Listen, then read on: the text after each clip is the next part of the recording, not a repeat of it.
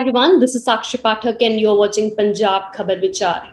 Earlier, we talked about the whole partition of India, where we talked about how the people of Punjab and Bengal face the consequences of this partition. Today, we have with us Dr. Mohit Ray, who came to India from East Pakistan, who is also the campaigner on Bangladesh Hindu refugees and also the head of Refugee Cell. He has written books in Bengali and English. So, here we have Dr. Mohit Ray.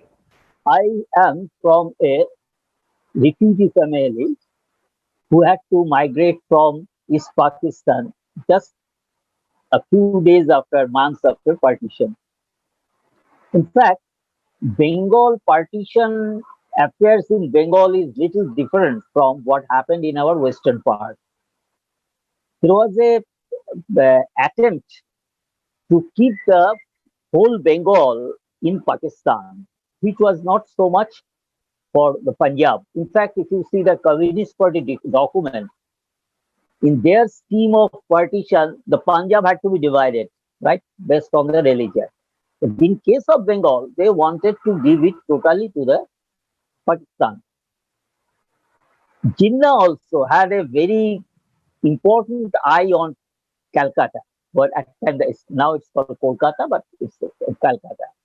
So there was a very strong, attempt by Muslim League with the support of others, even a part of the Congress, to have the whole Bengal in Pakistan. And in fact, the Bengal's partition violence started before partition. It started in the mid of 1946. 1946, 16th August, Jinnah gave a call for direct action day. Nobody actually knew what does it mean, but Jinnah, just before that day, he had a big meeting in Mumbai or Bombay, and he has said one word that now we have a pistol in our hand and we know how to use it. In Calcutta on 16th August, Muslim League called a big meeting in the Calcutta Central Park called the Calcutta Maidan. Communist Party were invited. They also went to join it. Jyoti Basu, then the leader of the communists, he could not join because of the delay in processions and other things. And from that rally and the meeting after that, and that was also a Friday, the Muslims started to attack the Hindu establishments in Kolkata. It was quite a planned one. Then it was the undivided Bengal. That time it used to be called Prime Minister. Prime Minister of Bengal was Mr. Surawardi. He himself was in the police control room so that the police do not take any action against the rioters. So that was the first case of partition which started in Bengal. And it was quite a past 2 days. There was a huge violence against the Hindus. But somehow, after the third day, the Hindus resisted. And it was really a active resistance. And the Muslims also lost lives. And it was a stalemate after 3 days. So this event in 1946, that saved Bengal to be totally given to the Pakistan. In fact, after that, the Bengal homeland movement became strong. Shama Prasad Mukherjee was the leader, and later Congress also joined. They are forced to join with it that the Hindus of Bengal want a separate state in India. That was the planning of West Bengal. Another violence which also made this partition in eastern part was because this Jinnah's plan failed in 16th August. Then just 3-4 months back in the October, middle of October, that was the Lakshmi Puja after the Durga Puja in Bengal. After a week, there is Lakshmi Puja, and that's a very important one. In another part of Bengal, now in Bangladesh, Noakhali, in that area, and that's a totally Muslim area, nearly 80% is Muslim.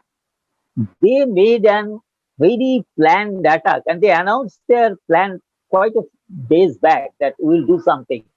They want to take a revenge of for 16th August even, and they had a genocide on Hindus in Noakhali. That was a devastating. It was not only just destroying properties, killing, converting, attack on the women, and in fact it was little publicized more because of Mr. Mohandas Gandhi also went there, though his activities were not satisfactory. But I won't go into that. So this made the background of the partition. The Hindus understood that they have to have a separate homeland. So just like because India was became independent through India Independence Act, so it was there that there will be a common call of the assembly. Then the Bengal assembly, there it will be voted whether they wanted to be in Bengal, in India or Pakistan or a separate Bengal, all these things. And thus on 20th June 1947, uh, West Bengal was created before the partition. I mean, but, but one important thing is that after these two huge violence on the scale that in 46 Calcutta killings, Great Calcutta killings, there was at least 10,000 people died. Officially, it is about 6,000, and it had both religions are included. But in 3 months later, in Noakhali, it was a one-way genocide of Hindus. That's also numbered in several thousand. Just at the time of partition, I'm saying that August 14, 15, 16, what happened went in Punjab. It was different in Bengal. It was a quiet at that time. Mohandas Gandhi came to, with a stay in Kolkata, and in fact, he sheltered what is known as Butcher of Kolkata, Surabardi. Surabardi took the, help of Mohandas Gandhi and stayed with him to the particular. But anyway, these few days were quite quiet in uh, Bengal. But it was inevitable that Hindus would not be able to live in Pakistan. So, after few months of partition, small incisions started to occur, and Hindus started to come to this West Bengal slowly, slowly. I give the example of my family, right? In fact, nearly 15 years back, I went to Bangladesh because of my professional. I am a basically environmental professional. I have been there several times. So I went to a small town in Bangladesh called Kishorganj. It has a railway station. Now it will be. So I went to the railway station. People said, why? I was not going to catch any train, right? At that time, there is no train. I just stayed there. Just 50 years back, in 1948 January, my maternal grandfather was a Congress person. He was jailed also during the nationalist movement. So my grandfather was standing with his two young daughters, right? One would be my mother of a few years and her sister. And the local Muslim League, and as he was a political person, he had some popularity. Local communist leaders and Muslim League persons have come to the station. Dada, please go away from this place. You have two young daughters.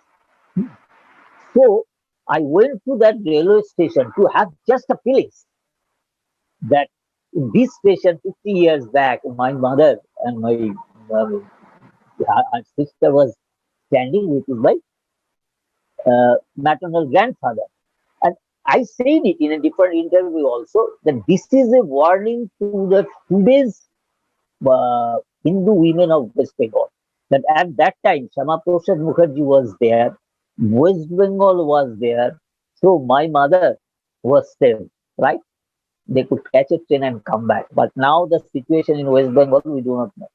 But coming back to the partition, after a lull of 1 year, some of the Hindus started to migrate. The situation was that in East Pakistan, these are all documented. What I'm talking, Hindus will be humiliated at every place. That if you go to market, you are going to buy a fish.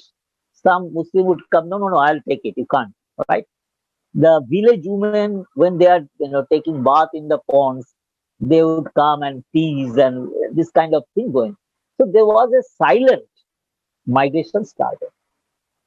But what changed the whole scenario very, drastically was in 1950, one of the genocides on Bengali Hindus in East Pakistan. In 1950, there was some rumor in some villages in fact, East Pakistan, police went to catch some communist leaders, but there was none, right?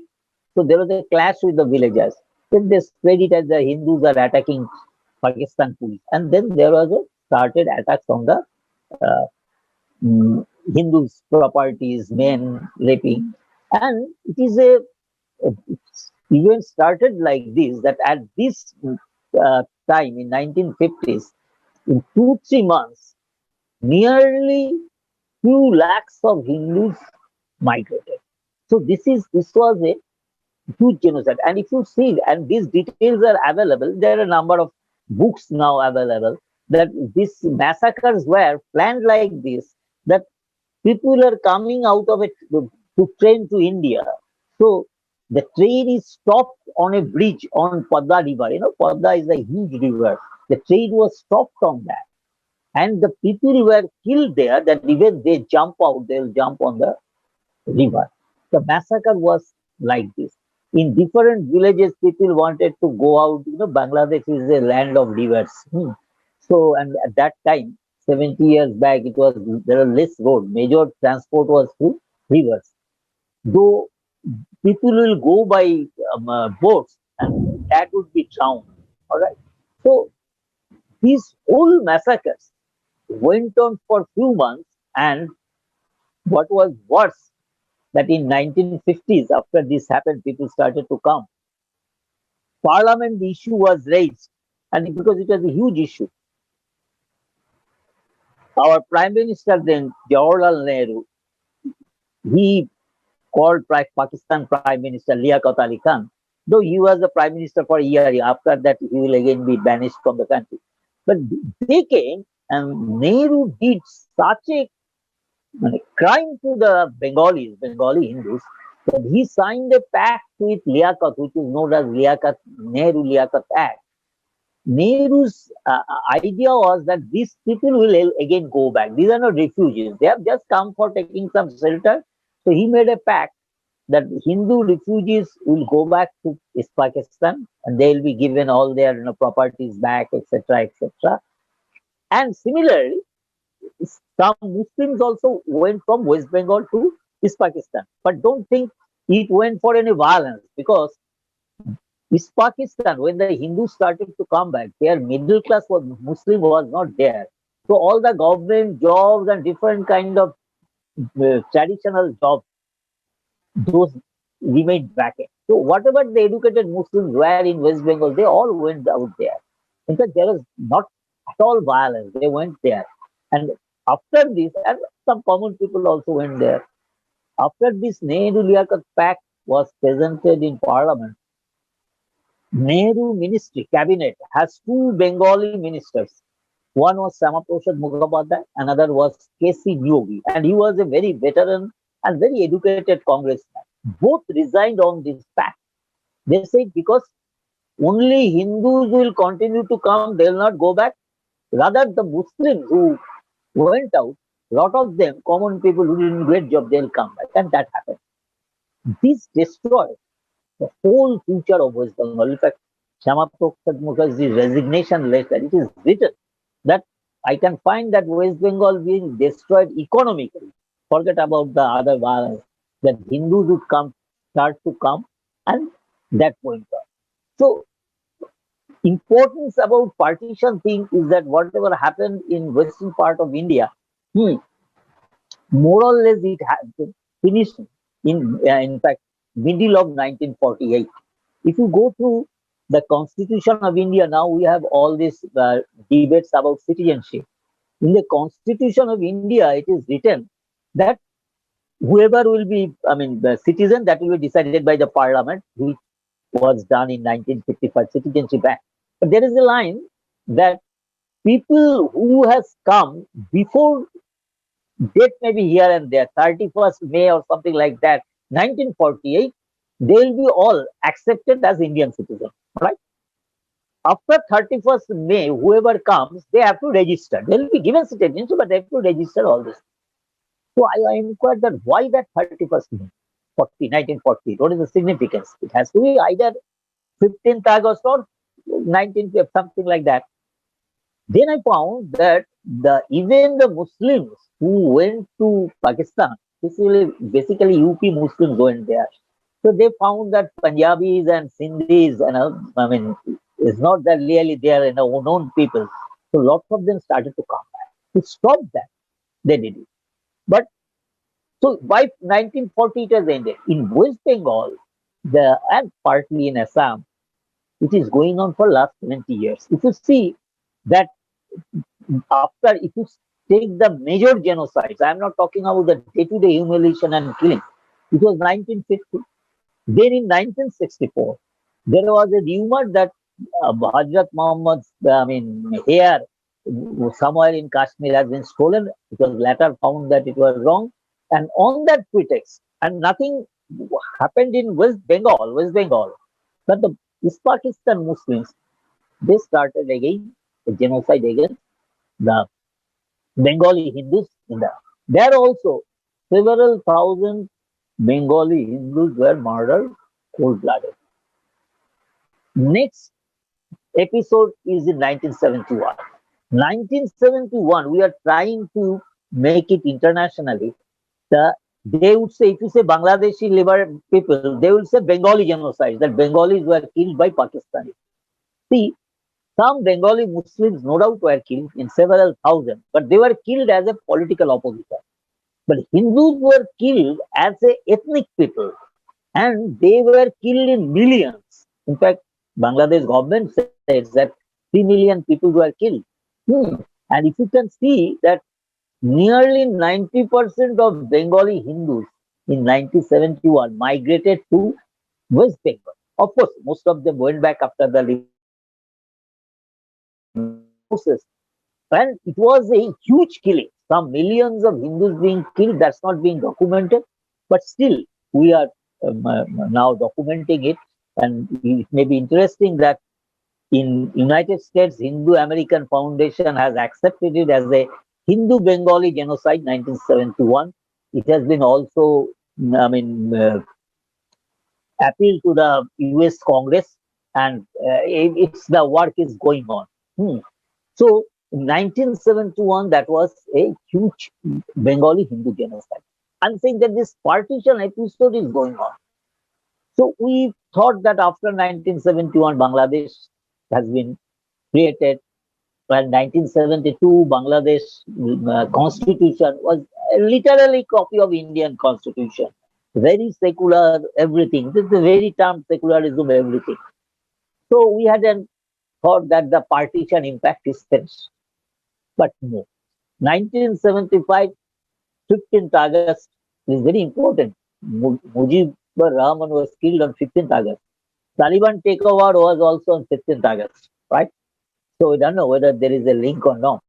Mujibur Rahman was killed on 15th August 1975, and from that on, again Bangladesh turned into as good as Pakistan. Bangladesh constitution was changed, secularism was, taken away. Then it was officially announced as a state religion is as Islam, and at present, Bangladesh constitution, even Sheikh Hasina returned. Bangladesh state religion is Islam, and the constitution starts with Bismillah Rahman Rahim. Right? So, and from that on, 1971, 75 on, again that same partition days have come back. In Bangladesh, the people are harassed, their properties are taken away, women are harassed in all forms of harassment, and same partition issues are going on. In between these things, there is another major thing is that because when people say, oh, hundreds of people have been done by this way, people don't take it seriously.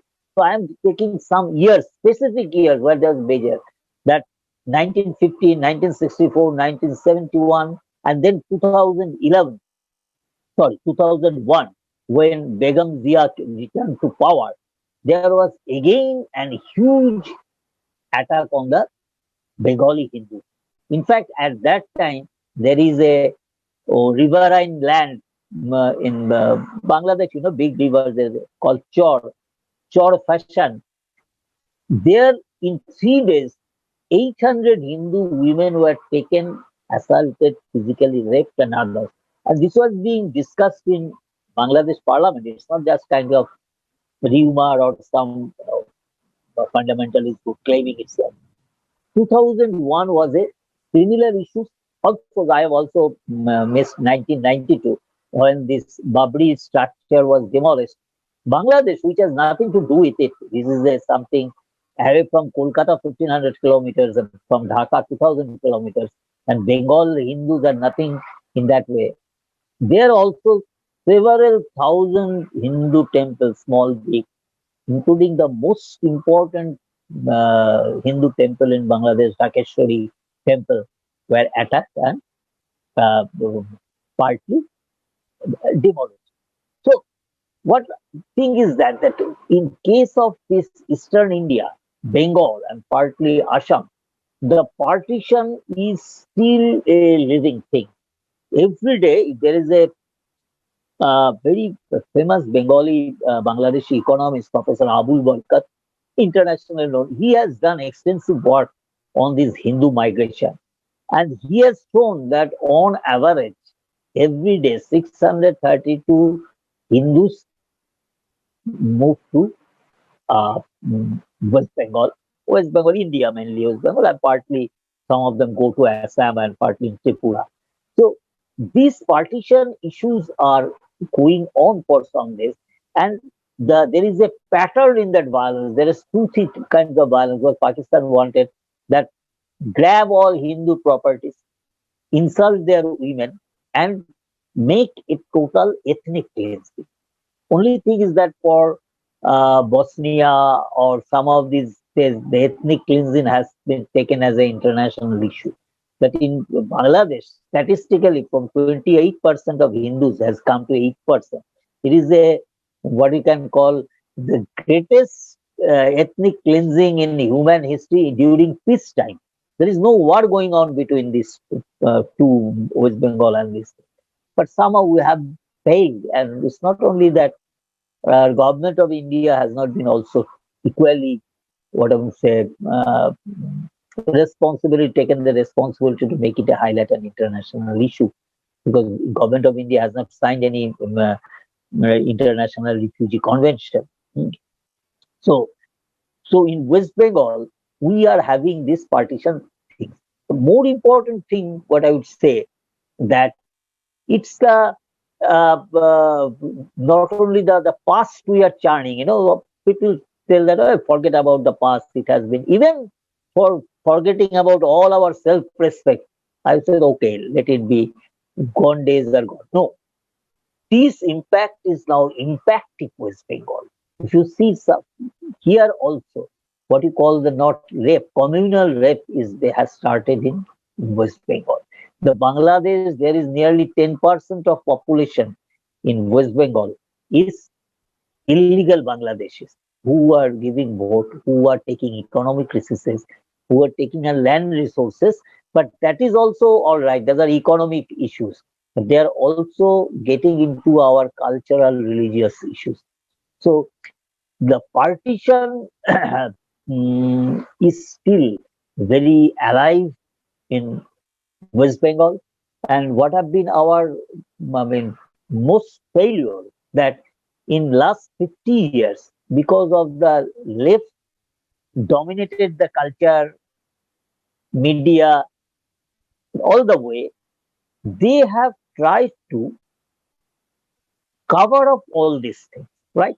The left have done very much work for the refugees, okay? For refugees, rehabilitation, all this thing. But they have always said, don't talk about your past. why you have become refugee. Even if you see the quite well-known, film director like Ritik Ghatak, or a number of other, in Bengali, very well-known writer, Sunil Gangopadhyay, a very well-known poet, just died, Shankho Ghosh. These are very well-known writers in both Bangladesh and everywhere. They are all from East Bengal, but they never wrote a single word for their own fellow brothers and sisters. So somehow this is the time that we have to bring out all these things. And West Bengal and partly Assam has one specific problem, which other Indian states, except I'm not talking about Kashmir, we have a special problem that we have now face a problem of existence. We have now an existential problem, not the problem of economy or other things. So the partition is still very alive in West Bengal, and we have to go through it in our everyday life in number of West Bengal towns and others where uh, because we are being really partly has been being defeated demographically. Hmm. And that demographic can become our destiny. So I would just put my understanding and one just I would like to add that as I said that I come from a refugee family. I've lived in refugee colonies. I've seen their all the different kind of sorrows or everything. But that is not an important issue because people come out of that. If you now come to the refugee colonies, I think Pakistan refugee colonies before 71, they are now quite well off. The issue is that they have forgotten their own past history, right? When we were, kids studying in schools, we observed different days, Independence Day, this day, that day. Nobody told us about these histories, right? We know about it. So that is when a nation forgets their past, their culture also gets, you know, washed away. So we are in a very uh, time of junction time, existence time. So we think that we are still going through that partition uh, in whole East India and actually Assam, Tripura and Bengal. So that's my feeling as a son from a refugee family.